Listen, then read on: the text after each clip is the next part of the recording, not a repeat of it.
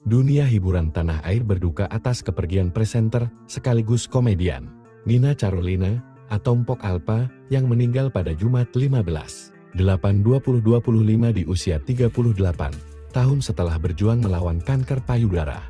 Ia meninggalkan seorang suami dan 4 anak. Menurut keterangan sang suami, Aji Darmaji, gejala kanker sebenarnya sudah terdeteksi sejak Mpok Alpa hamil 4 bulan. Namun rasa sakit baru benar-benar terasa setelah melahirkan.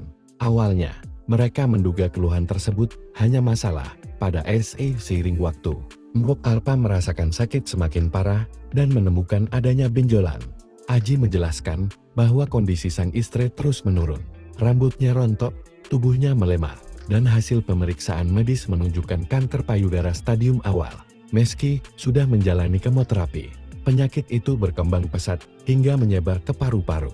Pengobatan juga dilakukan ke Malaysia dan sempat menunjukkan perkembangan positif. Namun kanker tetap menyebar dan membuat kondisi kesehatan Mpok Alpa semakin memburuk. Hingga akhirnya, sang komedian menghembuskan napas terakhir.